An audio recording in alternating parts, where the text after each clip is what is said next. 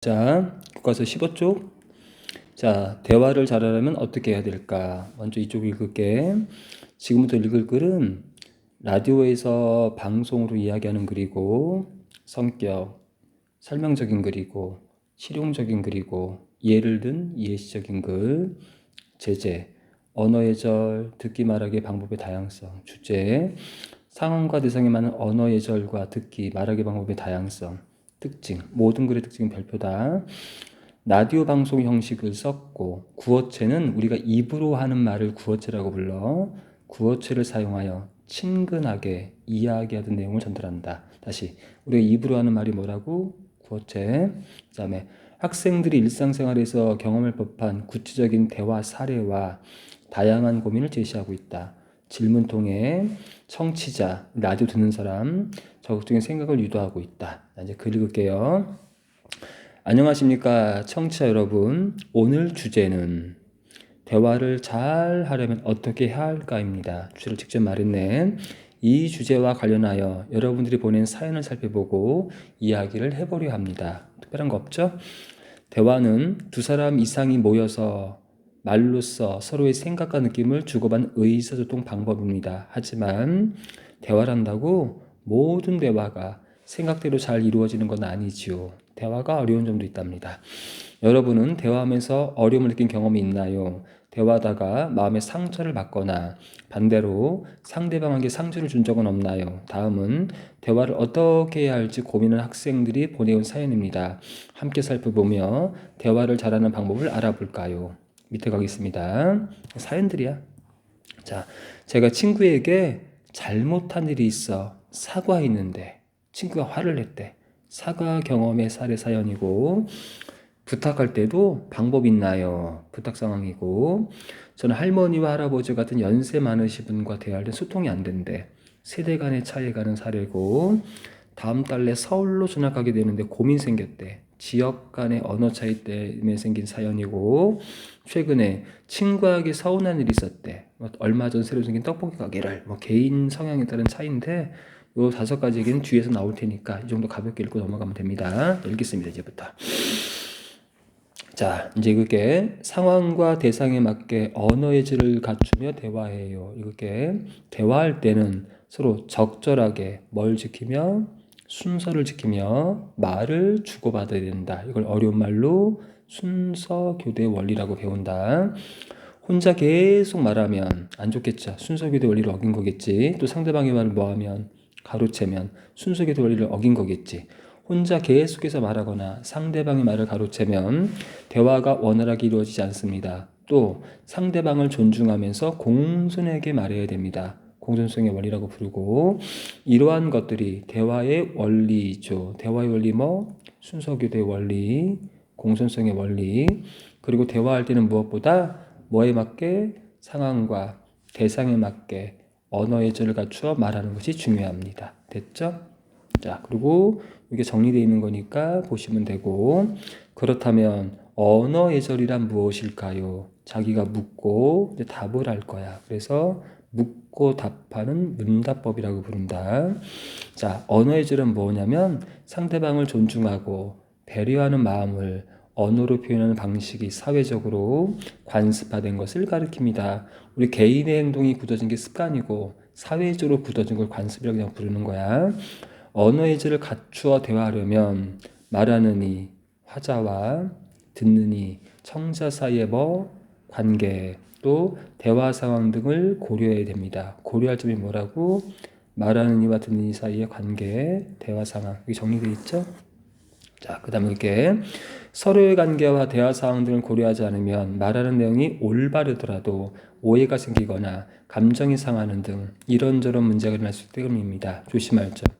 말하는 내용이 올바르다고 해서 무조건 대화가 잘 되는 건 아니다. 됐니?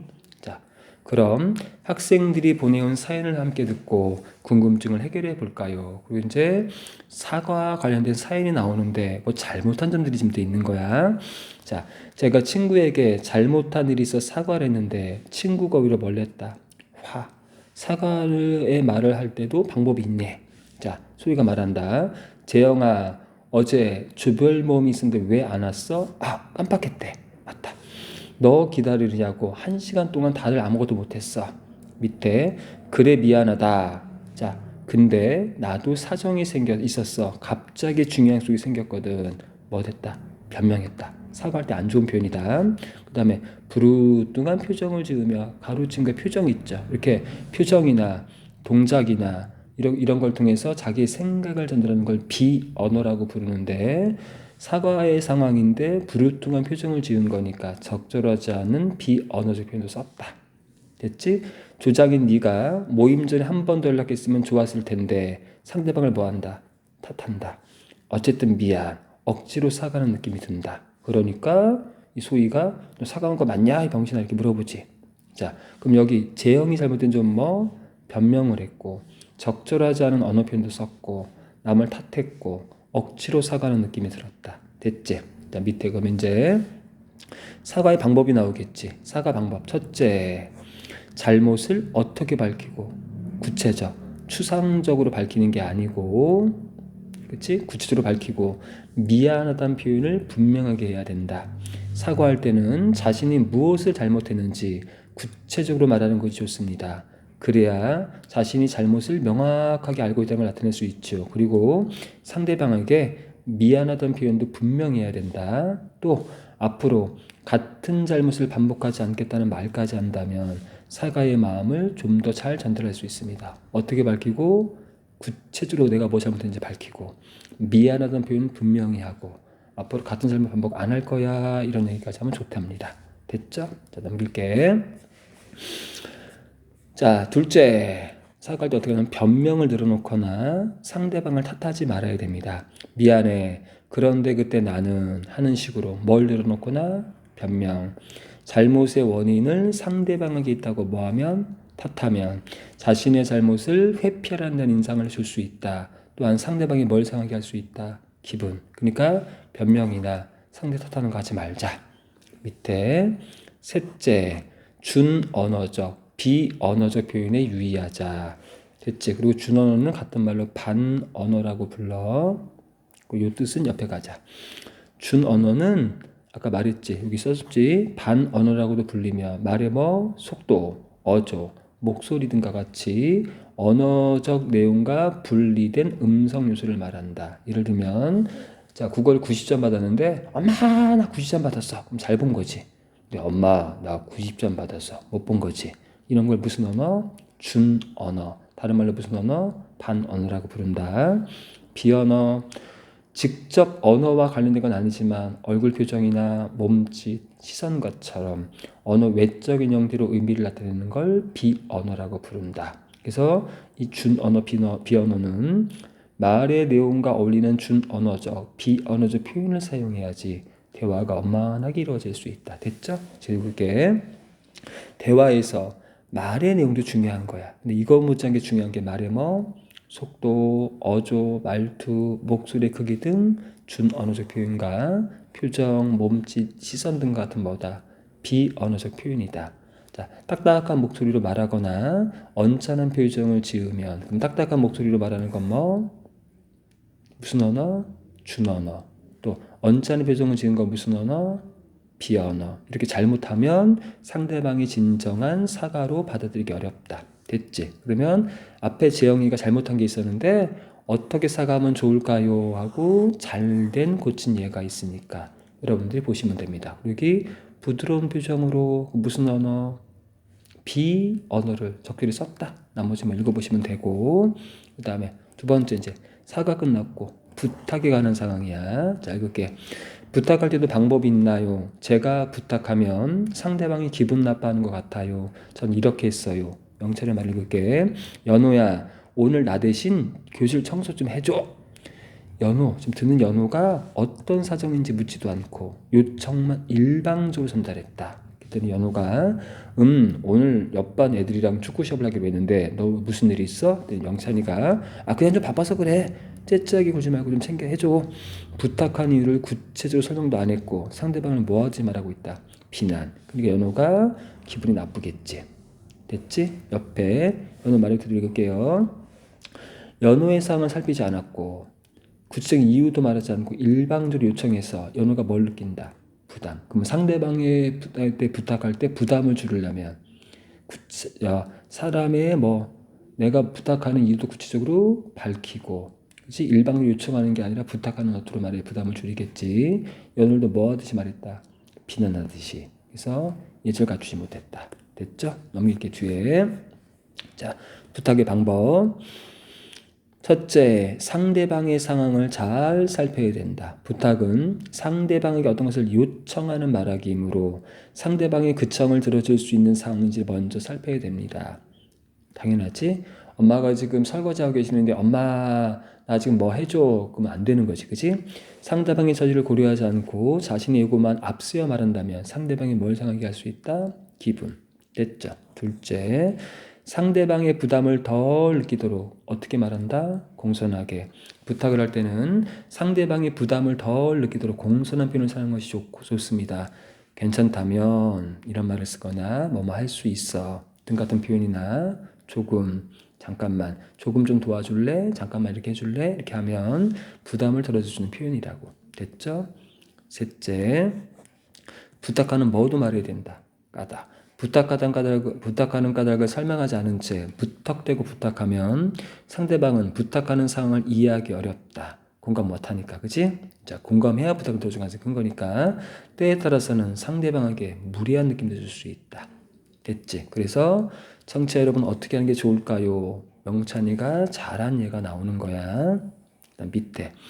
자, 이렇게 부탁할 때 언어의 질을 살펴봤다. 앞에 뭐 했고? 사과. 이제 부탁했네. 근데 그런데 살다 보면 누군가에게 어떤 것을 뭐 할 때도 있다. 건의. 학생들은 주로 학교에서 선생님께 건의하는 일이 많지요. 건의는 부탁과 공통점이 상대방에게 뭘 줄 수 있다. 부담.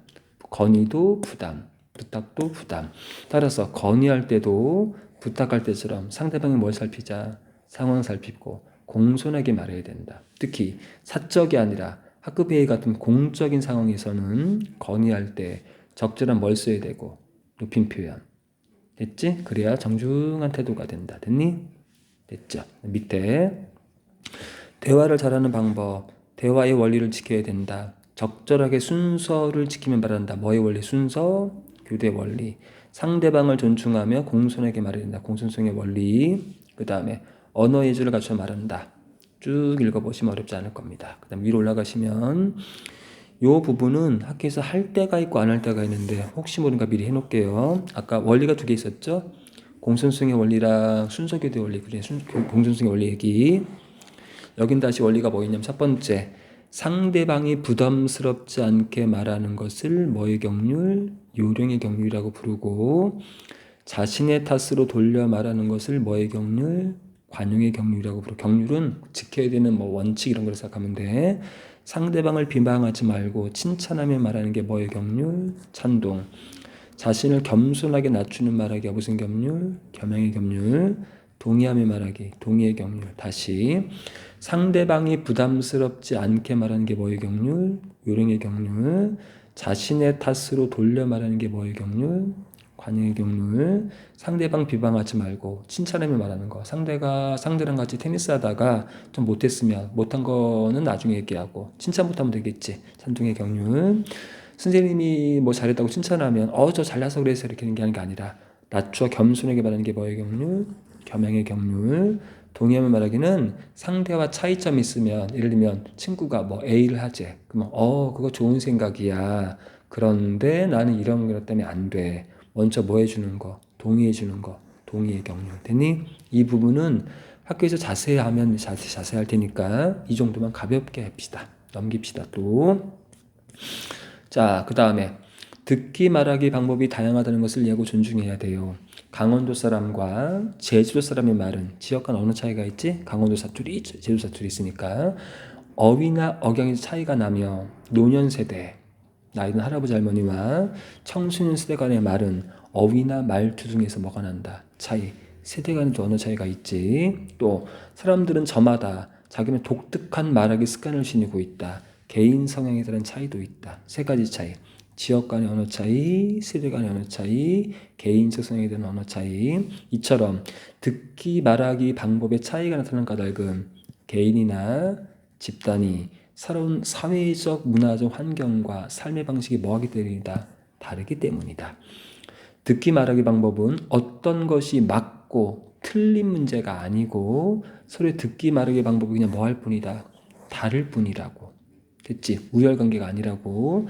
이러한 차이를 이해하지 못하면 의사소통에 문제가 생길 수 있으므로 평소에 다른 사람들이 듣기 말하기 방법에 관심을 기르는 것이 좋습니다. 그럼 학생들이 보내온 사연을 듣고 궁금증을 해결해 볼까요? 그 전에 미리 여기 듣기 말하기 방법이 다양한 이유는 지역 간의 언어 차이 이런 것들이나 세대 간의 언어 차이 이런 차이나 개인 성향에 따른 차이 때문에 듣기 말하기 방법은 다양한 겁니다. 됐죠? 밑에 자 이제 세 글이 나올 거야. 가부터 저는 할머니나 할아버지와 같은 연세가 많으신 분과 대화할 때는 소통이 안 됩니다. 뭐 차이? 세대 간 언어 차이.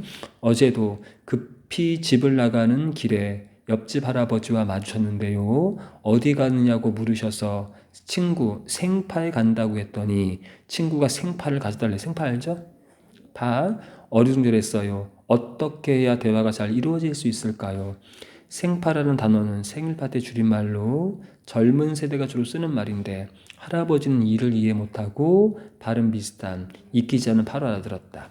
자 밑에 여기 볼게요. 가학생은 세대 간 언어 차이로 의사소통 안 되는 거 고민하는 거지. 밑에 다음 달에 아버지께서 서울로 전근을 가시는 바람에 저도 서울로 전학을 가게 되었습니다. 고민이 생겼어요. 저는 고향 사투리가 편한데 전학을 가면 서울말만 써야 하는 것은 아닌지 걱정이에요. 지금까지 쓰던 사투리를 그대로 쓰면 안 되나요? 지역 간 언어 차이로 고민이 생겼죠? 여기 이렇게 써 있어. 자, 그 다음 밑에. 최근에 친구에게 서운한 일이 있었습니다. 얼마 전 새로 생긴 떡볶이 가게를 지나가면서 친구에게 배고프지 않아? 여기 떡볶이 엄청 맛있대. 나는 무슨 말로 한 거지? 같이 떡볶이 먹자라는 얘기를 직접 말하지 않고 돌려 말한 거지. 돌려 말하는 걸 우회적이라고 말해. 그러니까 나는 개인적 성향 말하기 특징이 우회적 말하기를 좋아하나 봐.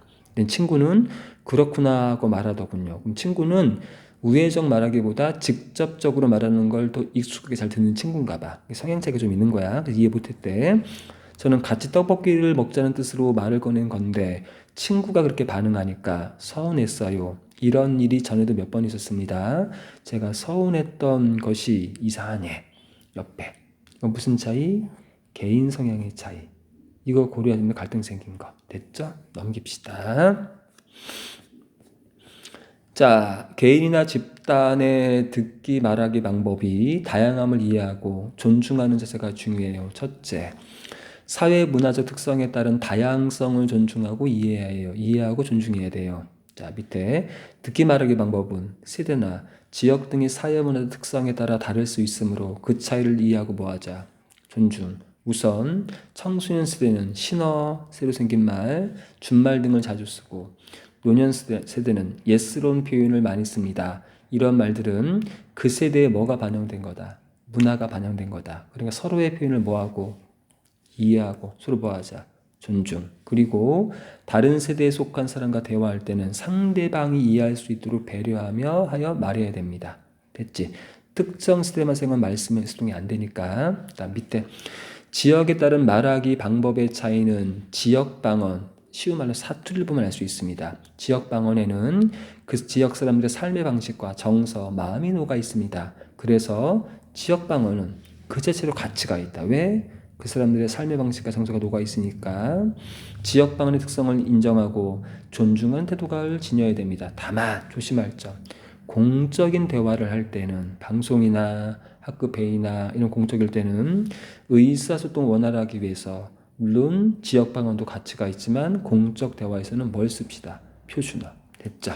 밑에 둘째, 개인적 성향에 따른 차이를 이해하고 존중해야 돼요.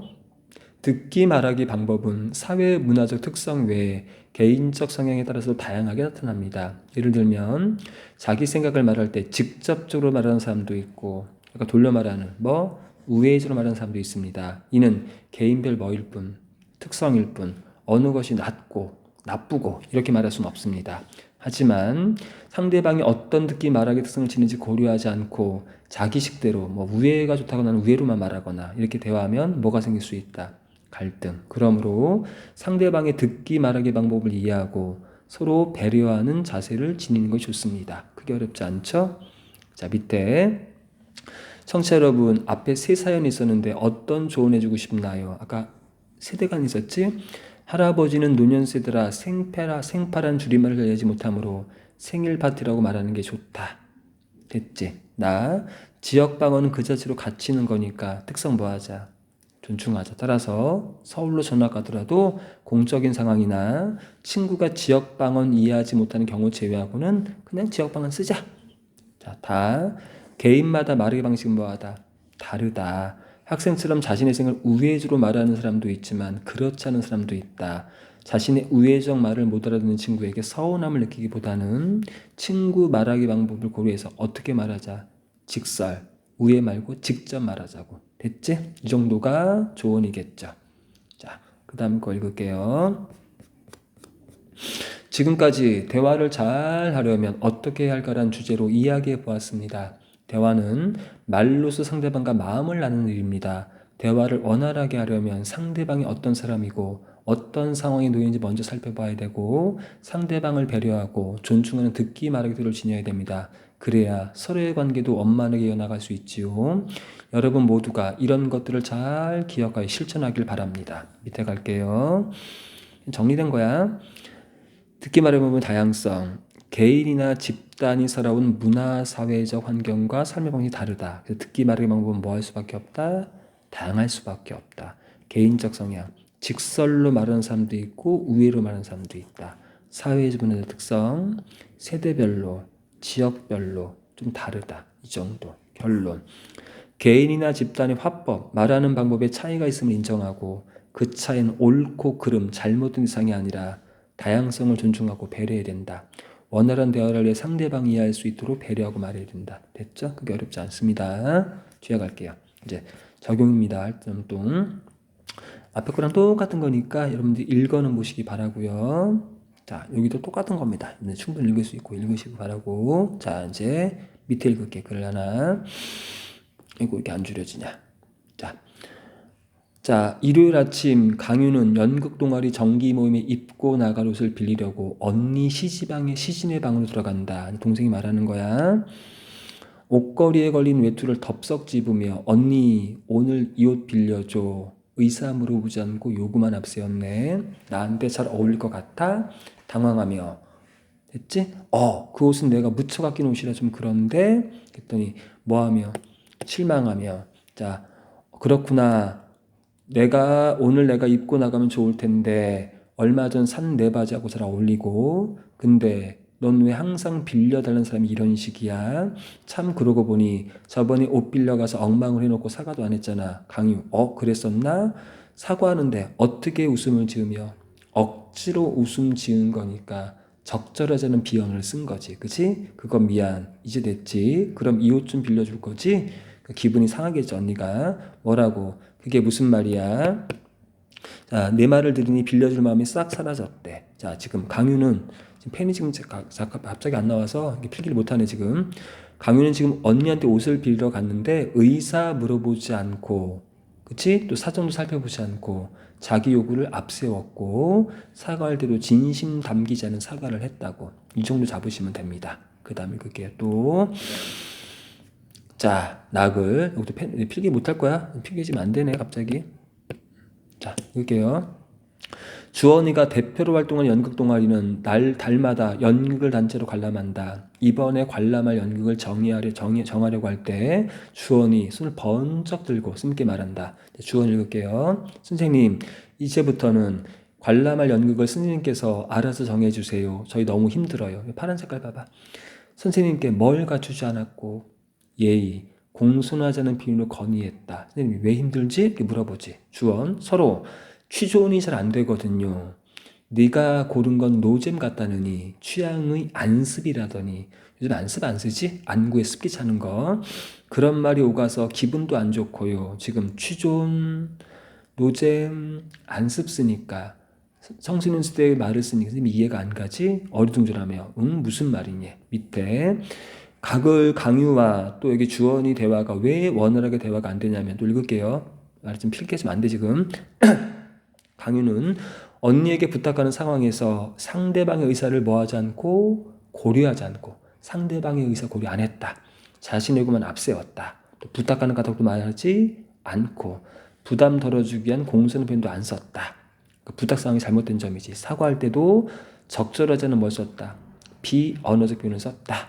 그래서 제대로 이루어지지 않았다. 주어는 선생님께 건의하는 상황에서 상대방의 요구를 들어줄 수 있는 상황이 먼저 살피지 않았으며 건의하는 가도도 구체적으로 안 밝혔다. 그리고 상대방을 고려하지 않고 특정 세대, 청소년 세대가 쓰는 취존, 노잼, 안습 등 어휘 사용해서 대화가 잘 이루어지지 않았다. 됐죠? 그리고 밑에 가면 가와 나글에서 왜 대화가 잘 안 되는지 그 표현과 고친 표현이 있으니까 여러분들이 이 정도 부분은 읽어보시면 됩니다. 가볍게 읽어보세요. 그 다음 넘길게요. 필기가 안 돼서 골치 아프네. 자, 그 다음 읽을게. 자, 이 부분 학교에서 할 수도 있고 안 할 수도 있는데 미리 해놓을게요. 자, 다음 대화를 읽고 다양한 듣기 말하기 방법을 알아보자. 경상도에 살던 나정의 가족은 경상도에 살았네. 그럼 경상도 사투리 많이 쓰겠지. 서울로 와서 하숙집을 운영하고 있다. 나정의 집에는 나정과 남매처럼 지내는 재준이 함께 살고 있고 전라도에서 온 호준과 윤진, 경상도에서 온 성균, 충청도에서 온 동준이 하숙하고 있다. 온 동네 사람 다 있네. 온 지역 사람들. 고향이 서울인 선주는 나정이나 숙집의 가족 같은 분위기가 좋아 함께 어울리고 있다. 참고로 선주는 여기처럼 표준어 쓰는 아이야. 서울 아이니까. 자, 밑에 아침 서울 하숙집 식탁 나정, 재준, 선준이 하숙생들과 식탁에서 아침을 먹고 있다. 선준. 그런데 재준 형님은 왜 나정이 엄마한테 어머니라고 하세요? 친엄마도 아니신데. 호준. 원래 아래 동네에서는 다 그렇게 불러. 호주는 전라도에서 왔나봐. 전라도 사람들은 다 그렇게 나이 든 여자한테 좀 친하면 엄마라고 부르나봐. 우리 엄마도 엄마고 친구 엄마도 엄마요. 밑에선 다 그렇게 불러야. 됐지? 사투리 썼고 그 전라도 사람들의 어느 특성이 담겨있네. 선준. 친구 엄마한테도 엄마라고 부르고 그거 진짜 뭐하다. 좋다. 좋은 말 같다. 새로 배운 말에 대해서 호감을 느끼네. 저녁 설악집 안방. 나정의 부모님은 밖에서 산 통닭을 하숙생들에게 주고 방으로 들어온다. 부부가 대화하고 있는데 방문을 똑똑 두드리는 소리가 들리고 문이 열리며 선준의 모습이 드러난다. 선준, 저 통닭같이 안 드세요? 나정어머니, 됐다. 우리 많이 묵었다. 됐지? 방언스네. 느그나 많이 묵으라. 오늘 아줌마가 밥도 못 챙겨줄까 미안다. 됐지? 자, 밑에. 아니, 아이 아니에요. 오늘 저희 되게 잘 먹었어요. 나정이가 얼마나 잘 챙겨줬는데요. 오메 우리 딸내미가 아따 철들었네 웃으며. 야 뭐하냐 어서 가서 닭 먹어. 넘길게요. 네 잘 먹겠습니다. 문을 닫으려다 다시 열며 그럼 안녕히 주무세요. 머뭇거리다가 어색한 억양으로 배운 거 있지? 어머니 어머니 억양에 신경 쓰며 어머니. 됐지? 선준의 말을 들은 나정이 어머니가 흐뭇한 표정을 짓는다. 됐죠? 밑에 대학교정. 호주는 여자친구의 말과 행동에 담긴 속뜻을 이해하지 못해 고민하고 있다. 자, 호준이 처한 상황을 들은 나정은 그럴 때 어떤 말을 해야 하는지 조언한다. 밑에 나정, 예를 들어줄게. 자, 내가 이사를 했어. 근데 집이 새 집이야. 문을 닫으면 페인트 냄새가 심해서 머리가 깨질 것 같은데 그렇다고 문을 열면 매연이 들어와 계속 기침이 난다. 콜록콜록. 이때 남자친구가 들어왔어. 내가 물었지. 자기야 오늘 이사했는데 문을 닫으면 페인트 냄새가 심해서 머리가 깨질 것 같고 울먹이는 목소리로 문을 열면 매연 때문에 죽을 것 같은데 어떡하지? 침울한 표정 지으며 문을 여는 게 좋겠냐 닫는 게 좋겠냐. 남자친구의 적절한 대답은 자 성균 그래도 차이는 매연이 낫지 않나? 호준 아니지 문 닫고 페인트가 낫지. 나정과 윤진 여자들이야 암울한 표정으로 기대한 답이 아니니까 성균과 호준을 쳐다본다. 매연이 만나본 뒤 윤진, 성균, 호준, 동준을 향해 답답하다 답답해. 둘 다 아이다. 적절한 답은 괜찮니? 병원 가야 되는 거 아이가. 상황에 뭐 해주는 거. 공감해주고 걱정해주는 말을 기대하나 봐. 됐니? 자, 이 정도 얘기야. 그 정도 얘기고 잠깐 넘겨볼게요. 자, 이 뒤에 가시면 활동에 가로 1, 가로 2, 가로 3 써 있는데 그 정도만 읽어보면 될 거야. 그리고 밑에 요 큰 빨간색깔 3번은 거의 안 읽어도 되고요. 잠깐 앞으로 넘길게. 넘기시면 자, 여기 보면 가글과 나글에 자, 어떤 부분이 내용되어 있는지 여기 옆에 파란 색깔 여기 써 있을까요? 여기 부분. 이 부분 한번 읽어보시고. 자, 요 정도로 정리할게요. 요거 가볍게 읽은 거니까 나중에 또 한 번 할 거야. 한번 읽어보시고 복습 꼭 하시고 주말에 문제통에 정리합시다. 여기까지만 합시다. 끝.